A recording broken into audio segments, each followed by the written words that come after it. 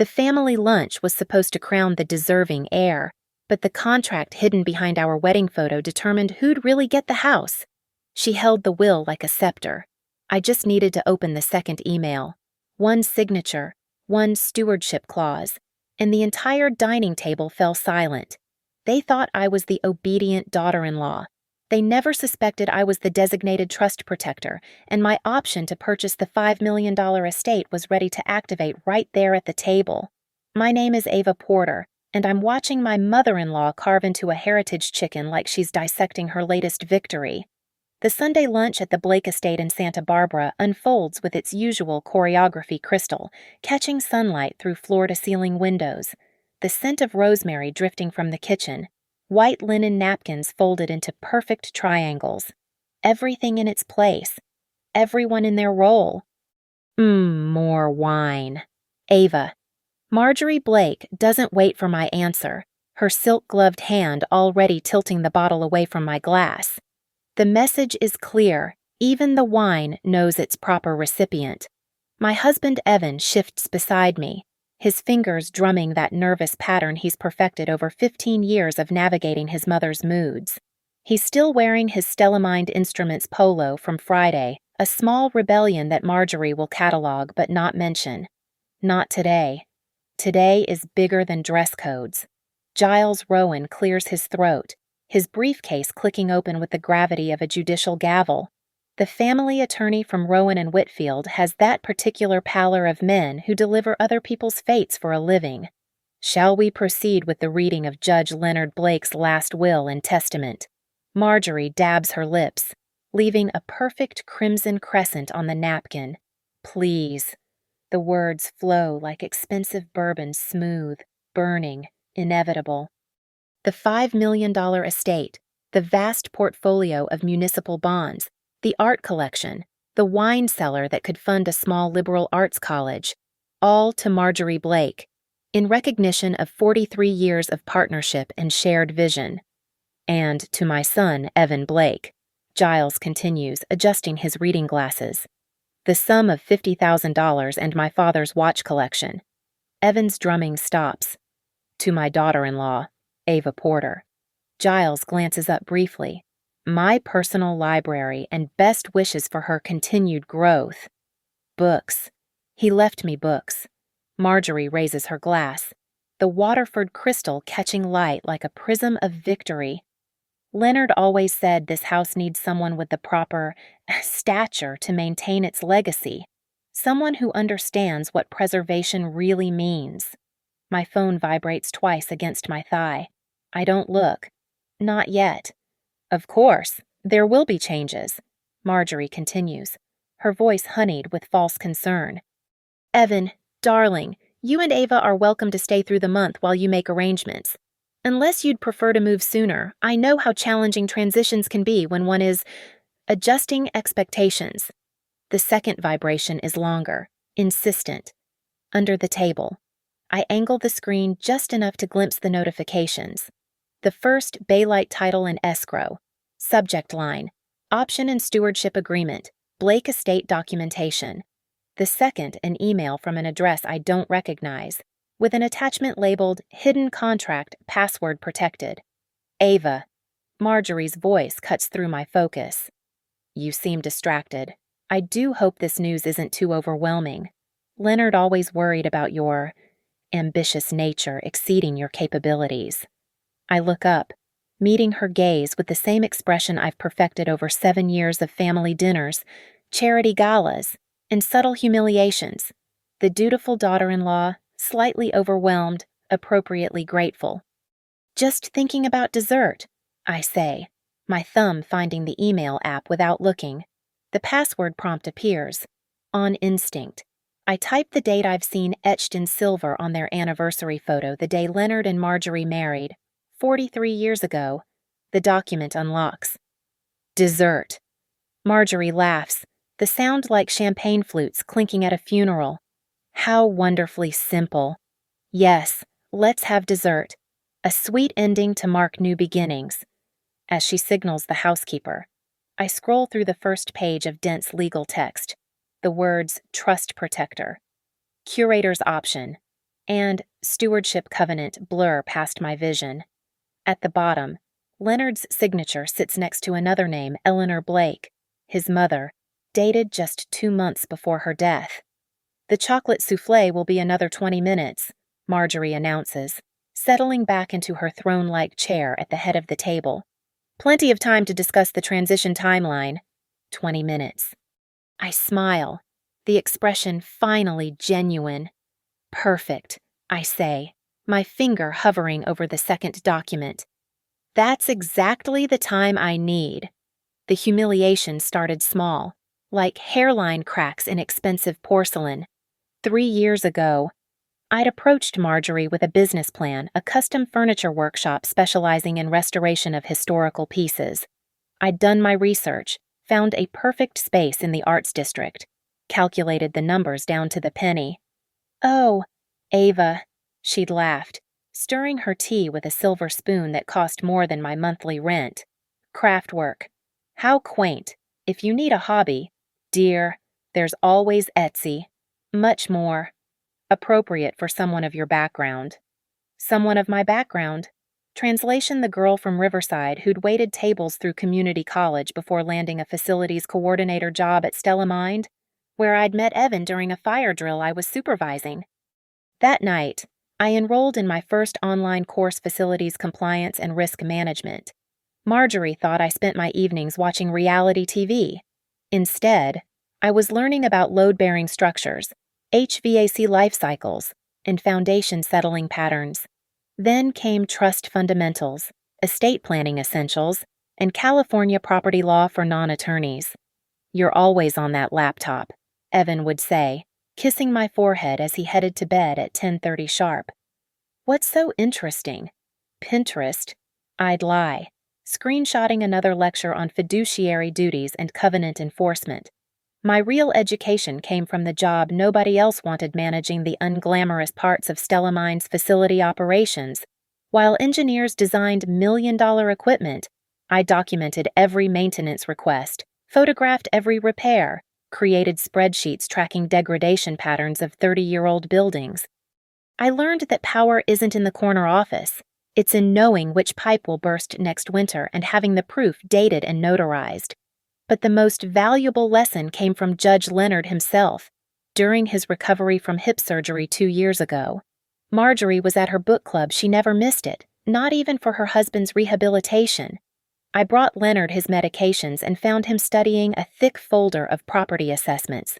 "You keep excellent records," he said, nodding at my medication log with its precise timestamps and dosage confirmations. "Very thorough." "Habits from work," I replied, adjusting his pillows. "Documentation prevents disputes?" He studied me for a long moment, his judge's eyes seeing something that made him lean forward despite the pain. "Tell me, Ava, how would you handle a property that's hemorrhaging value due to deferred maintenance? Create a priority matrix." I answered without hesitation. "Critical systems first: structural, water intrusion, electrical. Document everything with photographs and estimates. Establish a reserve fund with mandatory minimums.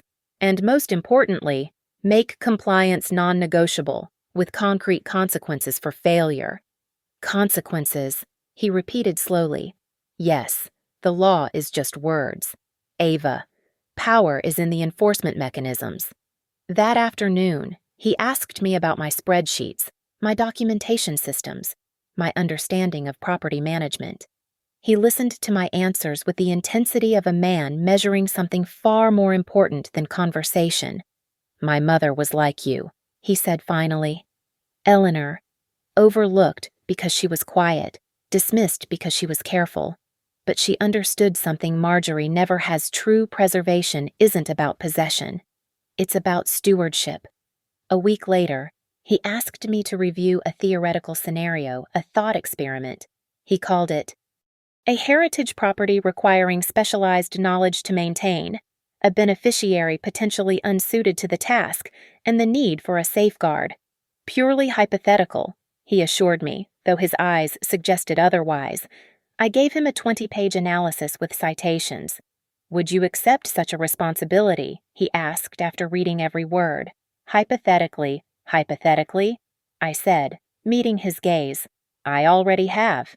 Evan never knew about these conversations. Don't antagonize Mother. He'd plead whenever Marjorie's barbs went too deep. Just let it go. We'll inherit eventually, and then things will be different. But I wasn't waiting for eventually. I was learning the language that mattered, not the social niceties Marjorie wielded like weapons, but the dense, boring, beautiful language of contracts and covenants, the Latin phrases that could turn a fortune on a comma's placement. Every Sunday lunch, while Marjorie performed her elaborate rituals of superiority, I memorized the house's bones, the water stain spreading in the northwest corner ceiling, the sinking of the terrace stones, the original beam and post construction that some idiot contractor would inevitably want to open up without understanding load distribution. "You're always so observant," Marjorie once said, catching me photographing the crown molding, though I suppose someone from your background would find all this quite overwhelming. I smiled, saved the photo with metadata intact, and added it to my folder labeled Historical Architectural Elements, Blake Estate. She thought I was in awe. I was building evidence. The summons came on a Tuesday morning via encrypted email. Judge Leonard wanted to see me at his home office alone, during Marjorie's standing tennis lesson at the club. The subject line read simply, "Stewardship Trial." His office smelled of leather and old paper, oak panels absorbing decades of difficult decisions. Leonard sat behind his desk, a thick folder centered on the blotter like evidence awaiting presentation. "Close the door, Ava." I did, noting the soft click of a lock he'd had installed just months before. He slid the folder across the desk along with a non-disclosure agreement.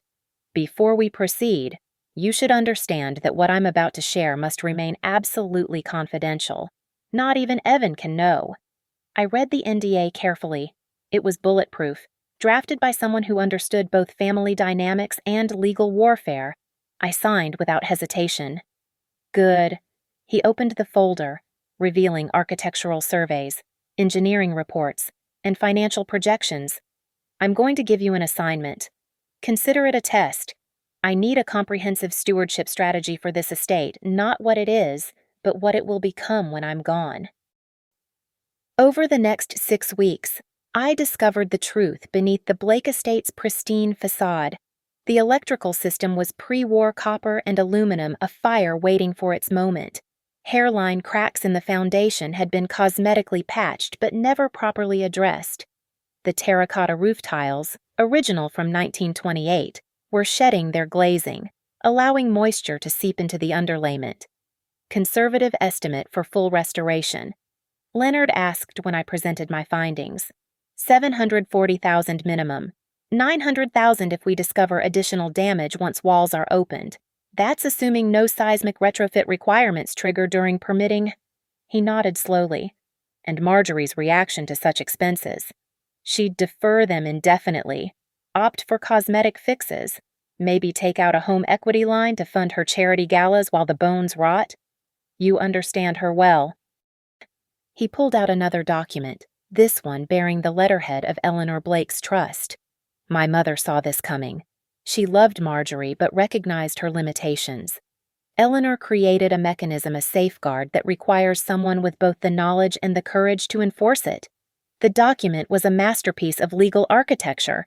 The stewardship covenant bound any heir to 12 specific maintenance obligations, annual inspections, reserve fund minimums, restoration standards that couldn't be compromised for modernization.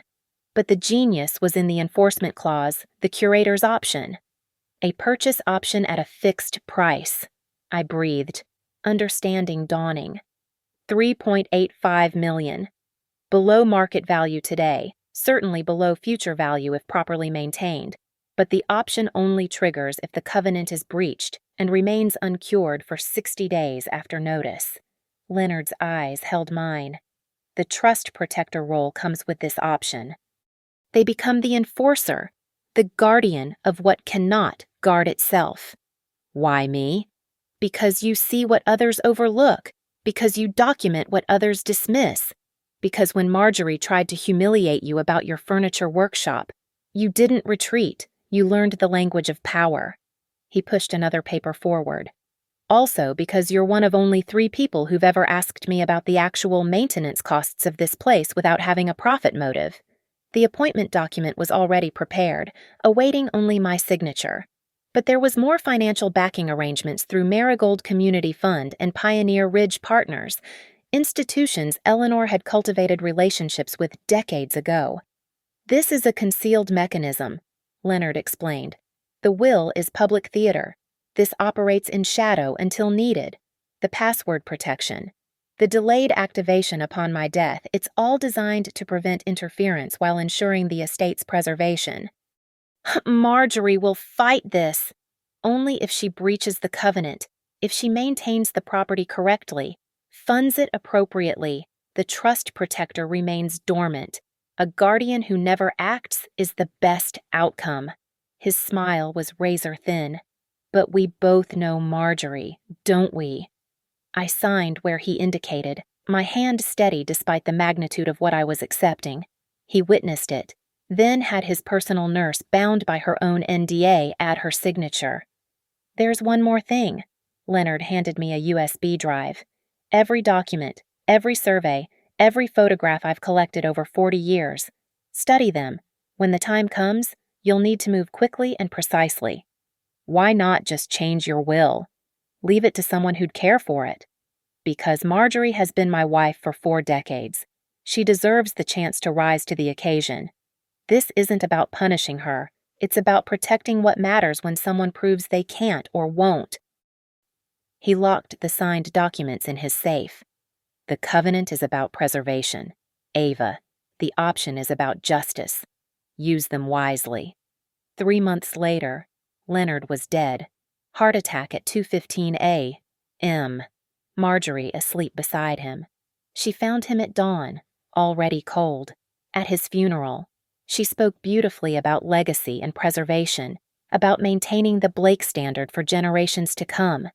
I stood in the back row, the USB drive in my pocket, watching her perform grief like she performed everything else with an eye toward her audience.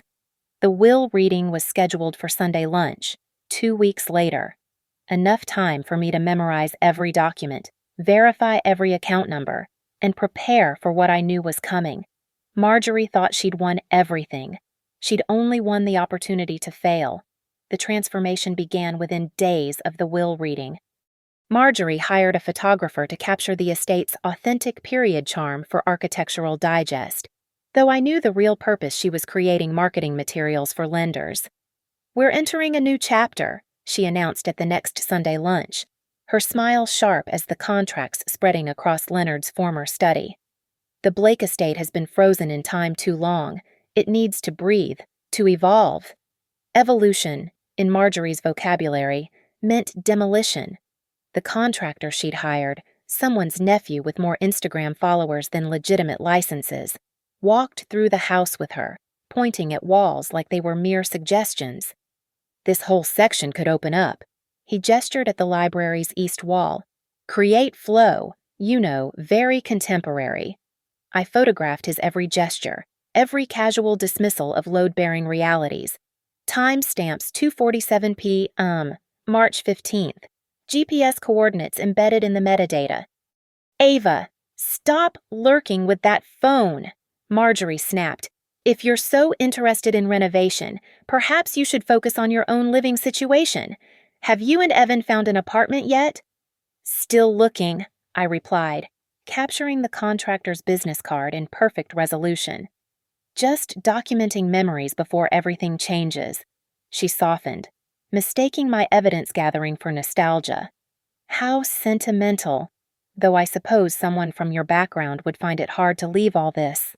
That evening, I discovered the first formal breach. In her eagerness to begin work, Marjorie had signed a demolition permit for non-structural modernization without filing the required historical structure review. The city's Heritage Commission required 60 days' notice for any modifications to properties built before 1940. She'd given them 0. I screenshot the permit, the missing heritage filing, and the covenant's clear requirement for all necessary governmental approvals prior to any structural modification. Breach number 1, documented at 8:23 p. Um, you're being paranoid, Evan said when I mentioned the permits over dinner. Mom knows what she's doing. She's been managing properties since before we were born. Investment properties, I corrected. Strip malls and office buildings, not historical estates with preservation covenants. What covenants? The will didn't mention. Nothing. You're right. I'm sure she has it handled. But she didn't.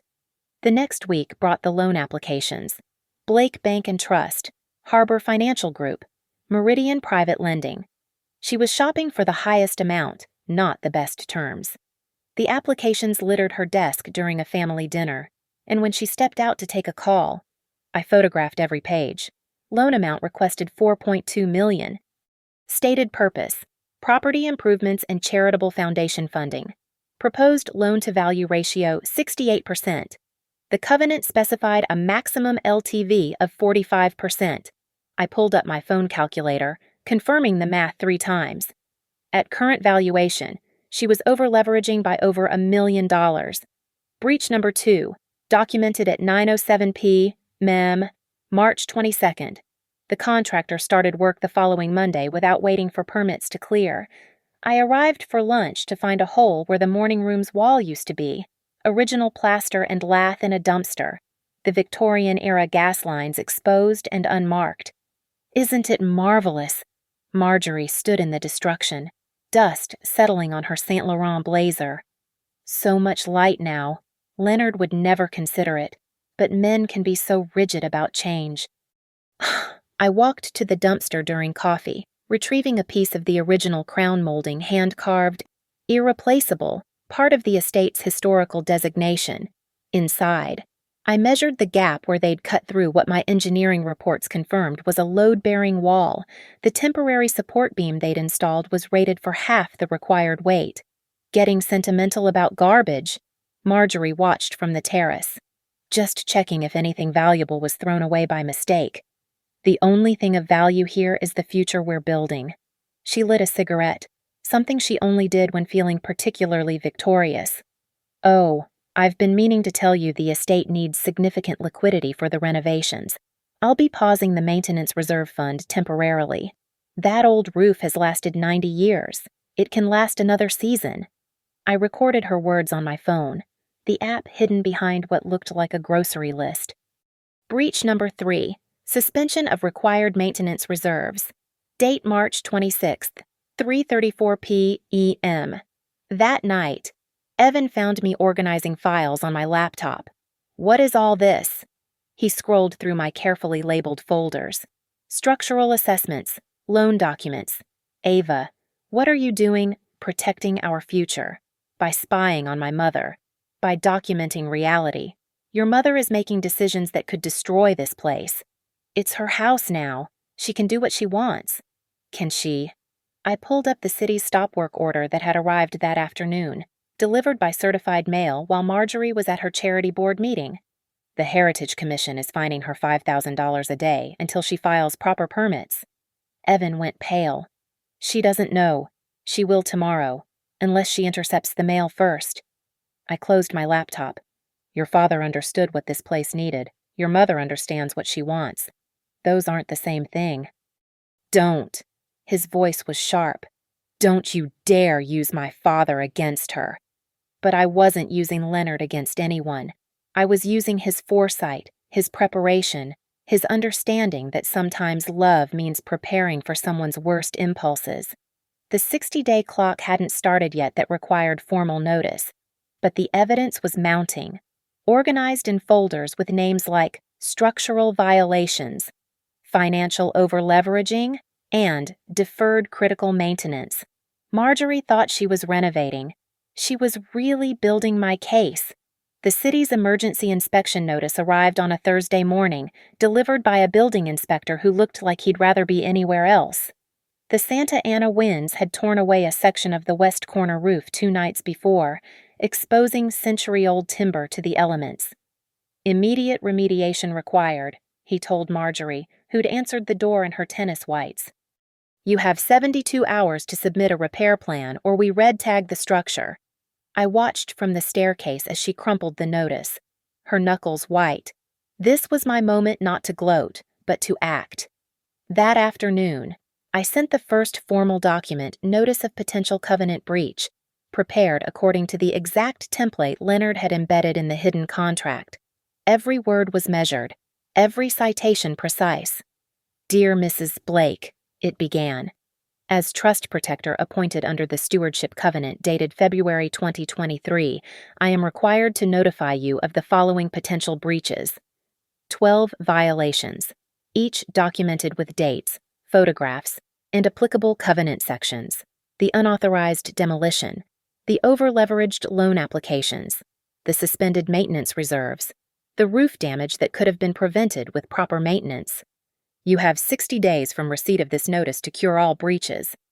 Failure to remedy these violations will trigger enforcement provisions as specified in Sections 15-18 of the Covenant.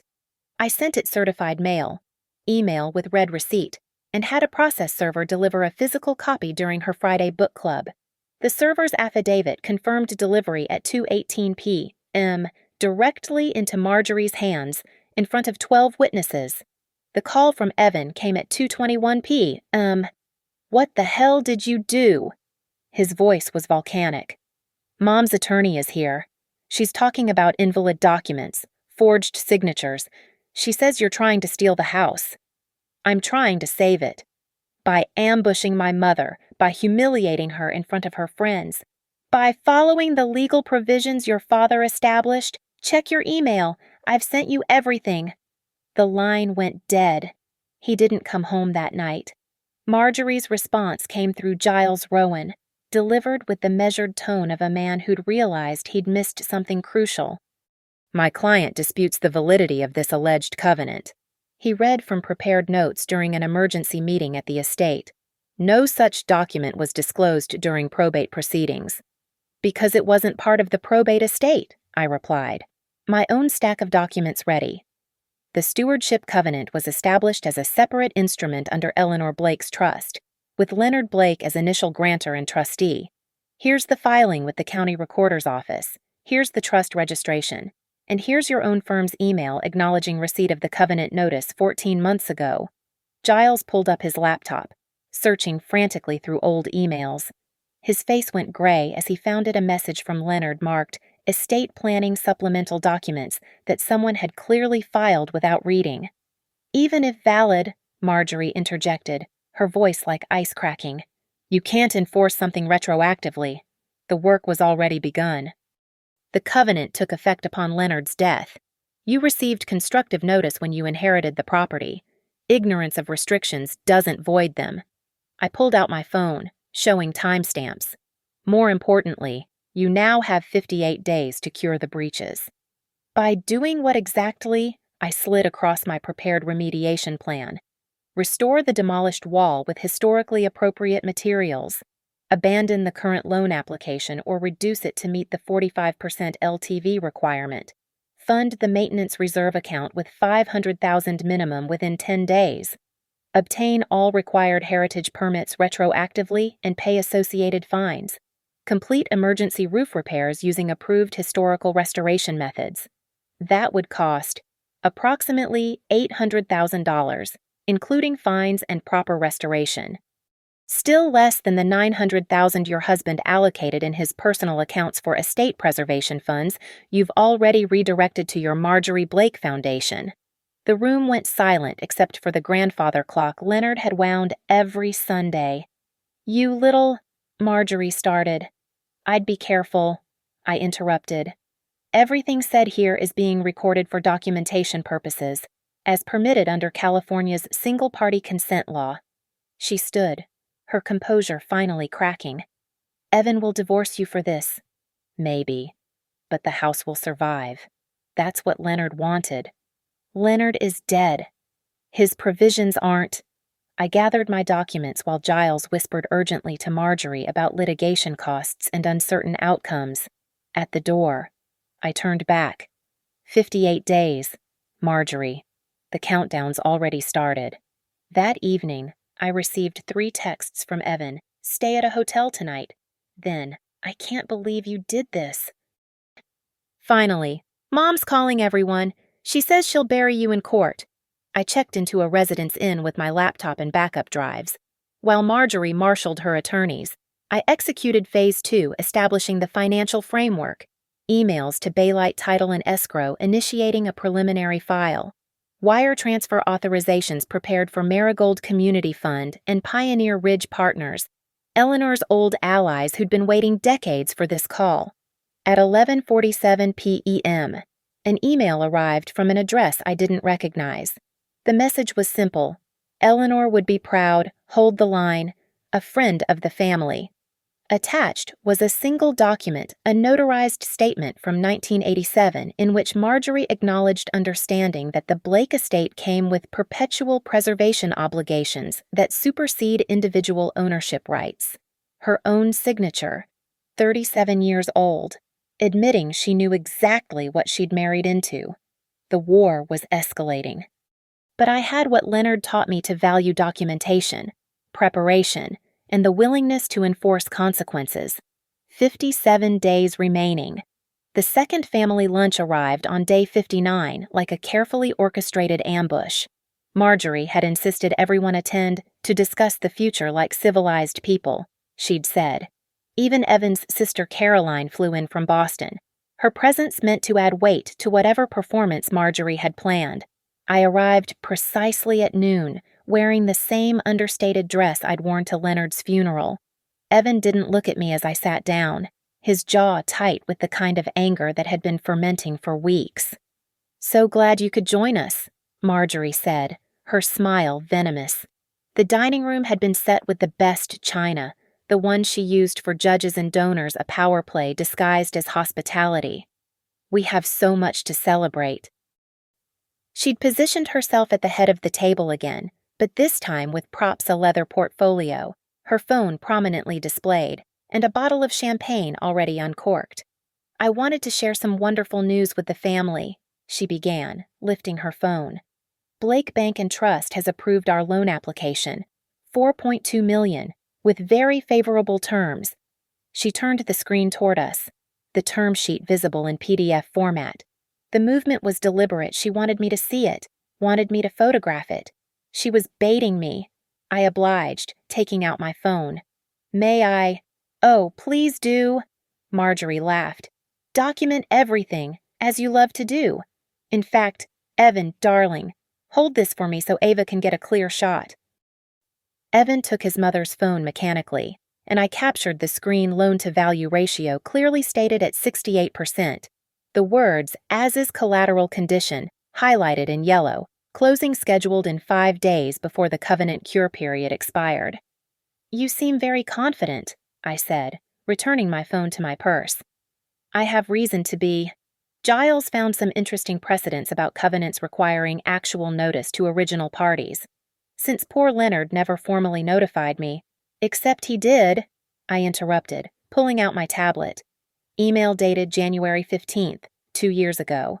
Subject line: "Estate planning updates required your review." Attachment: Stewardship Covenant. Your reply: "Received. Will review after Aspen trip." Caroline gasped. Evan's knuckles went white around his water glass. "Emails can be fabricated," Marjorie said smoothly. "Not when they're authenticated through your firm's document management system." I pulled up another file. "Rowan and Whitfield maintains automatic archives of all client communications. Giles can verify this." "You little bitch," Caroline started, but Marjorie raised her hand. Now. Let's not descend to that level. Ava's just trying to protect her interests. Aren't you, dear, the woman from Riverside, grasping for a piece of what she could never earn herself?" "You're right," I said quietly. "I couldn't earn it. That's why Leonard gave me the authority instead." "Authority?" Marjorie laughed. "You think a piece of paper gives you authority in my house. Not just any piece of paper."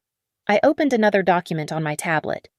"The contractor you hired, his nephew's license was suspended 3 months ago for code violations. That makes every modification criminal fraud. The demolished wall. It was load-bearing, and cutting it violated state building codes. I have the engineering report." I swiped to the next image, a photograph time-stamped that morning at 7:43 a.m.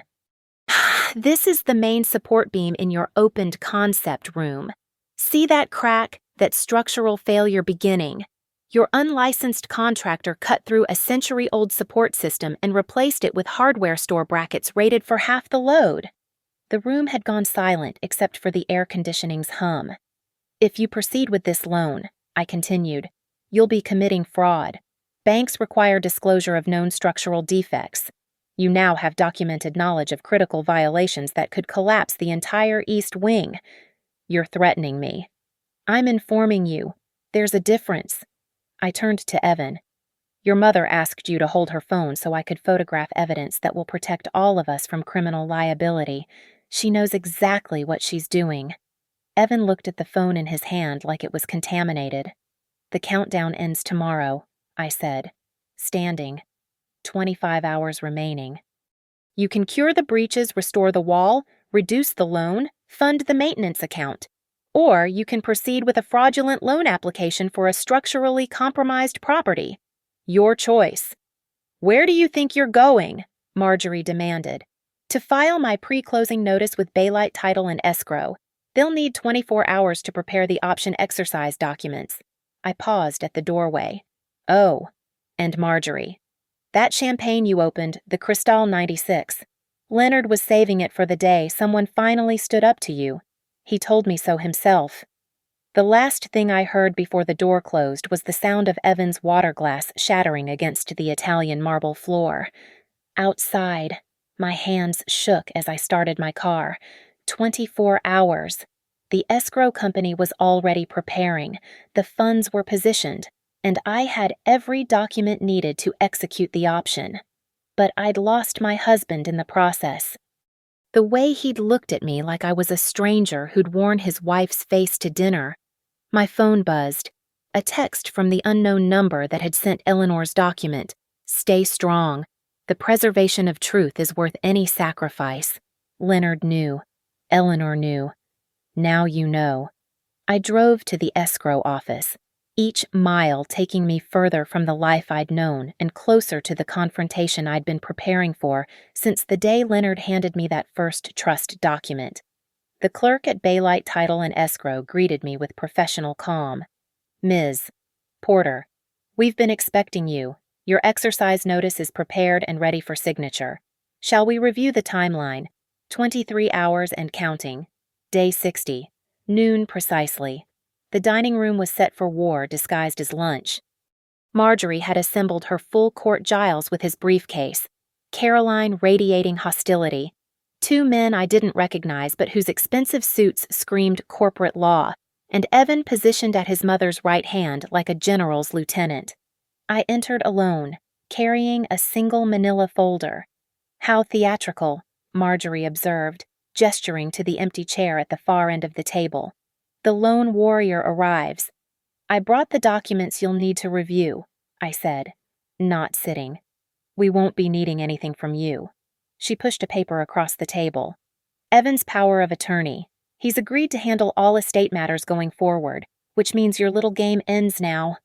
I looked at my husband. He met my eyes for the first time in days, and I saw it not anger anymore, but grief. He was mourning us even as he signed his mother's papers. Evan, I said quietly, did she tell you about the beam? What beam?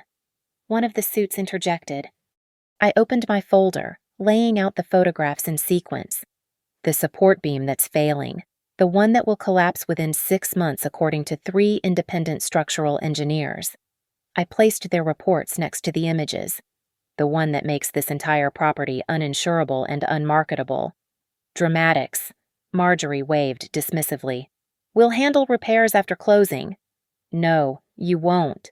I set down the next document, because in exactly 7 minutes, the curator's option becomes executable.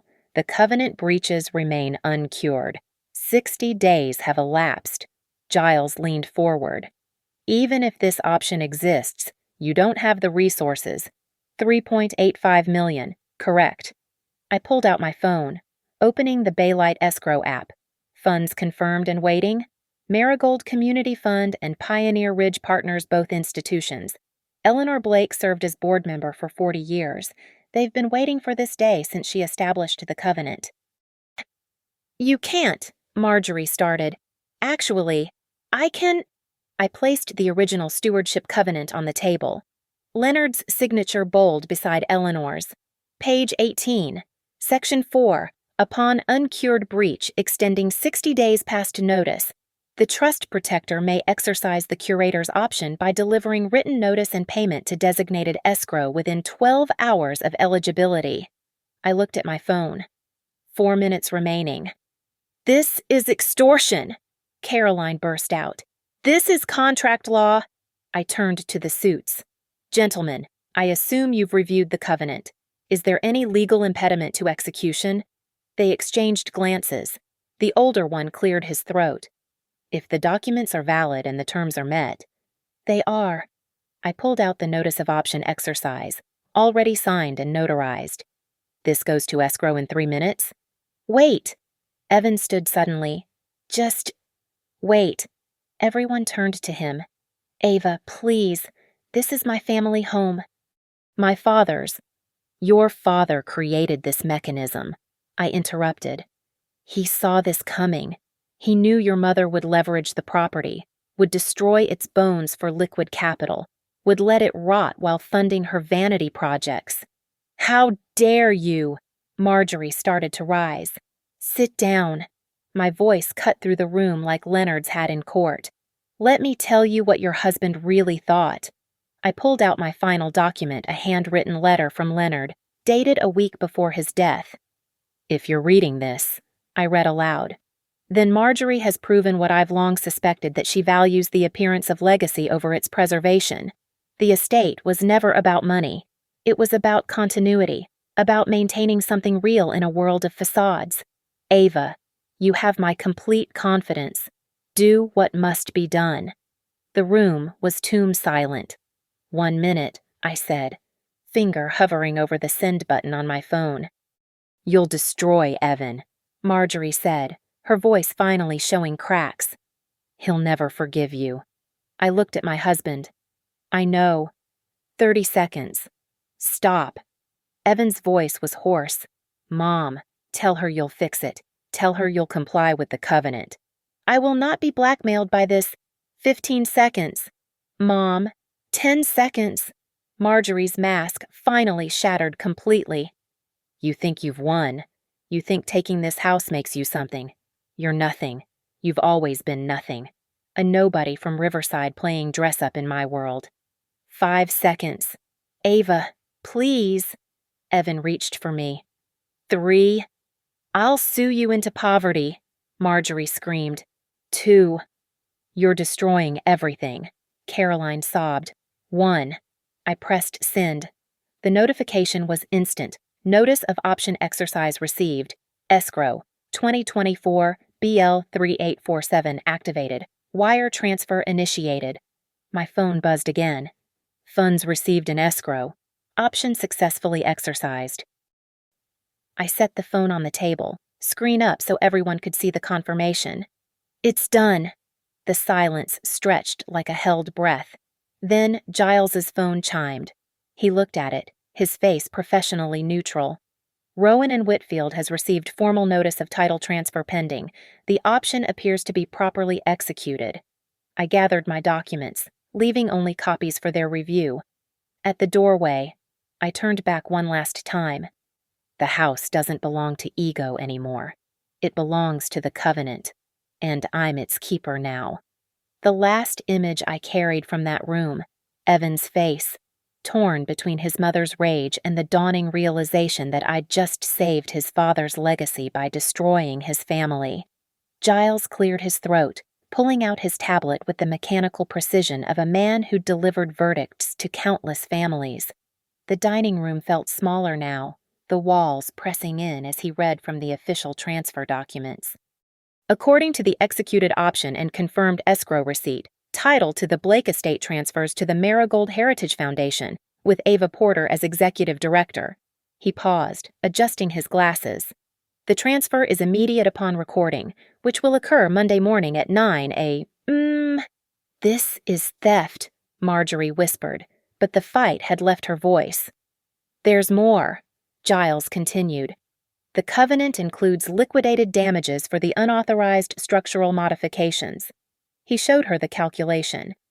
$47,000 for the destroyed historical elements, to be deducted from the remaining securities portfolio.